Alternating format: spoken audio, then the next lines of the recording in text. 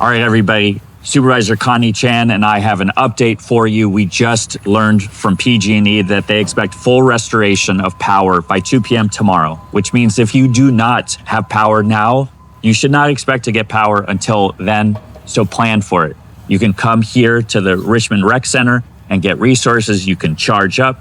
You can call 211 and get a hotel reservation. We have hotels that have offered up vouchers. PG&E is going to cover it.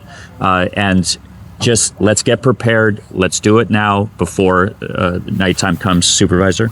大家好，我係陳思敏，第一區市參市喺度，而家同市長羅偉一齊，讓大家知道 PG&E 話咗俾我哋聽，如果你而家係冇電嘅話，你唔可以要求佢會有電，因為佢 PG&E 會等聽日下晝2點鐘先至可能會有電，所以如果你而家冇電嘅，係停咗電嘅，你應該做足準備，而要能夠知道咧，你可以嚟到呢度我哋嘅力智文社區中心，可以喺呢度充電，有食物。同埋有水，如果你今晚有地方要係有能夠留低嘅話咧，就係211打電話去，能夠咧就會有酒店提供到俾你，讓你今晚能夠有機會係安全性嘅安居。